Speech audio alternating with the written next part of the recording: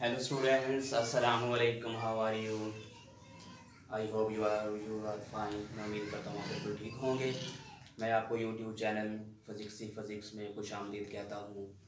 Students, आज का हमारा आर्टिकल है कि एरर्स एंड अनसर्टेनिटीज। इसमें जानेंगे कि एरर्स और अनसर्टेनिटी का मतलब क्या बनता है और हम इनको किस तरह डिफरेंशिएट करते हैं। तो वजह से स्टूडेंट्स, सबसे पहले एक बात माइंड में रख लें, एरर्स और अनसर्टेनिटीज का मतलब एक ही है। एरर का मतलब भी गलती है और अनसर्टेनिटी को गैर यकीनी कहते हैं। सिंपल सी बात है, जब किसी बात पर एतमाद ना किया जाए तो वो गलती ही कंसिडर होगी।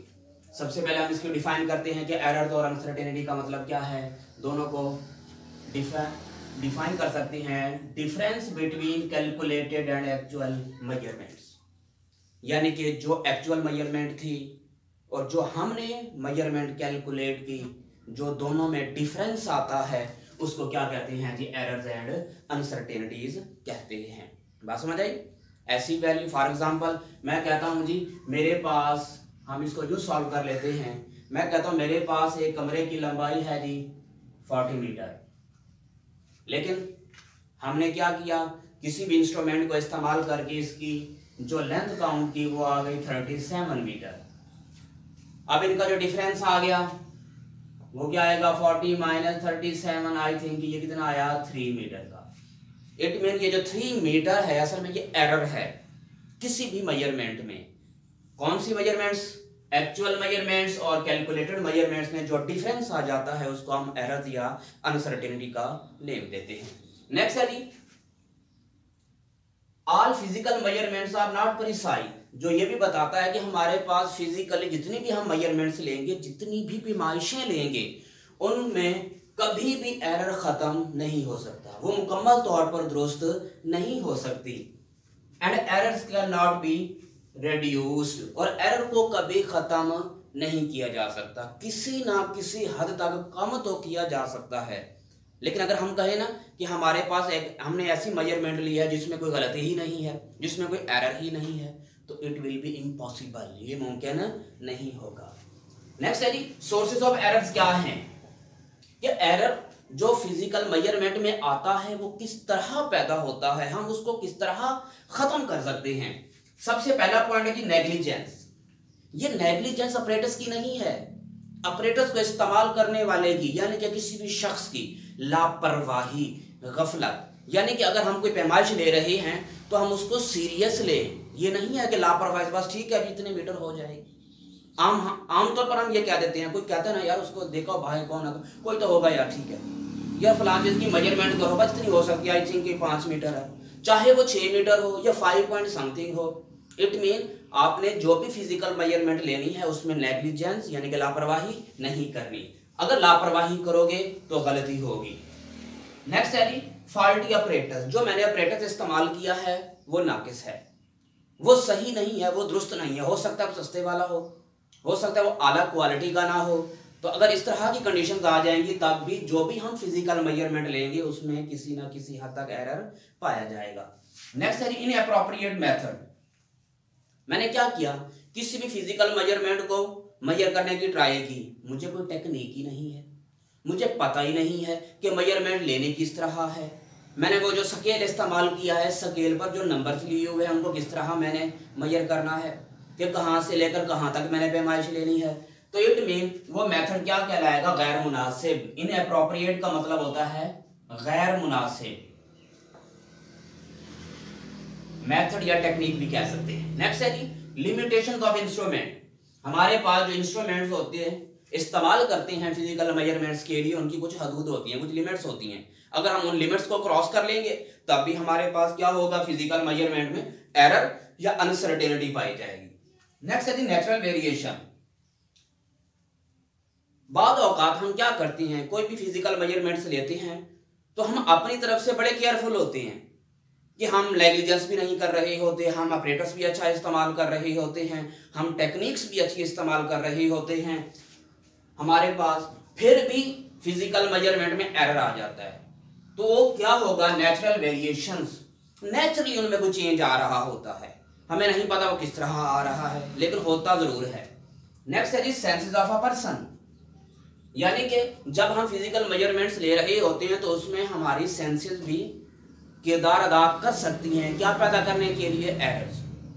इट में अगर हम सिंपल पेंडुलम का लोअर क्लासेस में एक्सपेरिमेंट करते हैं, यानी कि 10th के एग्जाम के दौरान आपने सिंपल पेंडुलम का अगर एक्सपेरिमेंट परफॉर्म किया है स्टूडेंट्स, तो उसमें देखें जब पेंडुलम को हम रिलीज करते हैं और वो वाइब्रेट कर रहा होता है, तो उस दौरान अगर हम अपनी सांस लेते रहेंगे स्टेप बाय स्टेप, तो वो जो एयर हमारे मुंह से निकल रही है तो वो भी उसके ऊपर अफेक्ट कर सकती है। इट मीन रिजल्ट्स में एरर प्रोड्यूस हो सकता है। इस तरह बाकी सेंसेस भी, यानी कि अगर मैं कोई एक्सपेरिमेंट परफॉर्म कर रहा हूं या माइक्रोमीटर सीक्यू गेज का इस्तेमाल कर रहा हूं, तो माइक्रोमीटर सीक्यू गेज पर जो रीडिंग्स दी गई होती हैं अगर मैं उनको अच्छे तरीके से नहीं देख सकता, तो देखना भी क्या है, एक सेंस है, सेंस ऑफ ऑर्गन है, तो ये भी उसके ऊपर क्या कर सकती है, इफेक्ट कर सकती है, जिसकी वजह से हमारे पास फिजिकल मेजरमेंट्स में क्या आ सकता है जी, एरर या अनसर्टेनिटी प्रोड्यूस हो सकती है। तो स्टूडेंट्स ये बातें याद रखनी है, ये ऑब्जेक्टिव में भी पूछी जा सकती हैं, शॉर्ट क्वेश्चन में भी। नेक्स्ट है जी टाइप्स ऑफ एरर। अब एरर तो प्रोड्यूस हो गई, फिर इसको कैटेगराइज किया गया कि छोटी गलती है या बड़ी, इक्वल है या अनइक्वल है, सिस्टमैटिक है या रैंडम है। तो टाइप्स ऑफ एरर इसकी दो टाइप्स हैं जी, एरर्स की भी या अनसर्टेनिटीज की भी। सबसे पहले जी रैंडम। रैंडम का मतलब होता है बेतरतीब। स्टूडेंट्स रैंडम का मतलब होता है बेतरतीब, जिसकी कोई तरतीब ना हो। क्या था इसमें हम क्या लेंगे, फिजिकल मेजरमेंट्स को रिपीट करेंगे बार बार, एक बार नहीं। जिस तरह देखिए हम जब प्रैक्टिकल परफॉर्म कर रहे होते हैं, तो सिंपल पेंडुलम की बात कर लें या माइक्रोमीटर सीक्यू गेज की, तो देखिए हम उसमें जब टेबल बनाते हैं 3 या 4 बार हम क्या लेते हैं, रीडिंग्स लेते हैं। रिपीटेड मेजरमेंट्स, बार वैल्यूज ली हमने, जिसकी वजह से हमें क्या मिली, डिफरेंट वैल्यूज मिली। पेंडुलम वही है, सारा ऑपरेटर्स वही है, लेकिन उसमें कोई चेंज नहीं किया हमने, लेकिन रीडिंग्स में फिर भी क्या आ रहा है, डिफरेंस आ रहा है, डिफरेंट वैल्यूज मिल रही हैं अंडर द सेम कंडीशंस।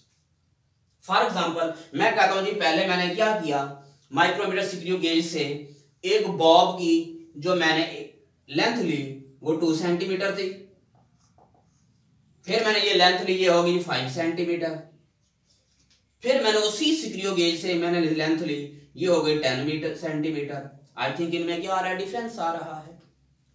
एक ही चीज की मेजरमेंट को मैं बार बार उसी ही ऑपरेटर से रिवाइज कर रहा हूं, रिपीट कर रहा हूं, लेकिन हमें जो वैल्यूज मिल रही हैं वो डिफरेंट मिल रही हैं। तो इसका मतलब है उसमें एरर तो पाया गया जो नजर आ रहा है वाज़ेह तौर पर, तो उस एरर को क्या कहेंगे, रैंडम एरर। वो कहता है कि ये एरर्स क्यों प्रोड्यूस होते हैं, जिसकी बिना पर हमने इसको क्या नाम दिया, रैंडम एरर का नाम दिया। अननोन रीजन, क्या था कुछ ऐसी रीजन होती हैं जिनका हमें पता नहीं होता, तो इन रीजंस की बिना पर क्या होता है, रैंडम एरर प्रोड्यूस होता है। सवाल ये पैदा हुआ कि रैंडम एरर तो आ गया, हम इसको खत्म किस तरह कर सकते हैं, वो कैसा कौन सा तरीका है। तो याद रखिए वो उसका सॉल्यूशन क्या होगा, रिपीटेड मेजरमेंट्स को बार बार क्या करें, रिपीट करें। जिस तरह मैंने ये रिपीट किया हुआ है 2, 5, 10, फिर हम इनको क्या ले लेंगे जी, एवरेज वैल्यू। क्या लेंगे, एवरेज। यानी कि एवरेज आप जानते हैं नंबर ऑफ क्वांटिटीज को सम ऑफ क्वांटिटीज पर क्या कर दिया जाता है, डिवाइड। यानी कि सम ले लें सबसे पहले, अगर आ गया हमारे पास 17 तो नंबर ऑफ क्वांटिटीज कितनी है, 3 पर जब हम इसको क्या करेंगे, डिवाइड कर देंगे, तो तब हमारे पास क्या आ जाएगी, एवरेज वैल्यू। उस एवरेज वैल्यू लेने से क्या होगा जी, रैंडम एरर रिड्यूस होगा, कम होगा, लेकिन कभी खत्म नहीं होगा। आई थिंक कि आपको एरर्स एंड अनसर्टेनिटी की डेफिनेशन समझ आ गई होगी और उसकी टाइप्स भी समझ आ गई होंगी। नेक्स्ट है जी इसकी दूसरी टाइप, सिस्टमैटिक एरर। कौन सा एरर जी, सिस्टमैटिक एरर। कहता है इफेक्ट, असर डालता है, क्या चीज, error. Effect of an error, influence, मुतासिर करता है, असरअंदाज करता है, ऑल मेजरमेंट्स, तमाम पैमाइशों को, of a particular quantity equally. कहता है कि एक मैं चीज ले लेता हूं, उसकी मेजरमेंट लेता हूं बार बार, तो उसको जो इफेक्ट करेगा वो इक्वल करेगा। इट मीन उनका जो डिफरेंस है वो सेम रहेगा। कैसे, अगर मैं बात कर लूं, फॉर एग्जांपल पहले मैंने मीटर रॉड लिया, किसी एक चीज की मैंने क्या आगे लेंथ मालूम की, मैंने सपोज कर लिया वो 5 सेंटीमीटर है।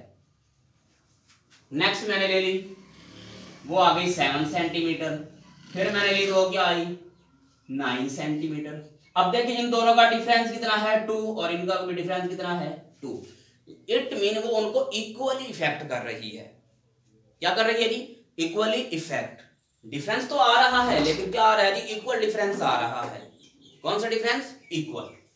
अब वो कहता है इस डिफरेंस को या इस एरर को, देखना डिफरेंस का जिक्र मैंने पहले यहां पर कर दिया है। डिफरेंस को भी क्या कहते हैं? हम एरर ही कहते हैं और अनसर्टेनिटी भी कह सकते हैं।